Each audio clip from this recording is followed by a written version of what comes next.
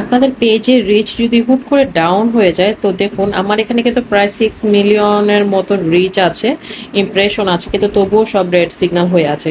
ঠিক আছে, তো এটা কেন, ওটা কারণ খুঁজতে গিয়ে দেখতে পেলাম যে আমার প্রোফাইল রিকমেন্ডেশন আপনারা সবসময় চেক করবেন, পেজ রিকমেন্ডেশন অথবা প্রোফাইল রিকমেন্ডেশনে গিয়ে দেখতে পাবেন যে আপনাদের পেজটা কেন রিচ হয়েছে, এটা অবশ্যই এই জায়গাতে পেয়ে যাবেন। ঠিক আছে, তো এখানে দেখুন আমার এখানে আগে একটা সমস্যা ছিল, যে একটা কন্টেন্টের সমস্যা ছিল, এটার কারণে পেজ রিচ প্লাস নতুন আরেকটা ইস্যু এসেছে, এই যে ফ্ল্যাগ কন্টেন্ট। দেখেন ফ্ল্যাগ কন্টেন্ট আপনারা অবশ্যই সবাই চেক করবেন যে নিয়মিত আপনাদের কোনো পোস্ট ফ্ল্যাগ কন্টেন্ট এসেছে কিনা।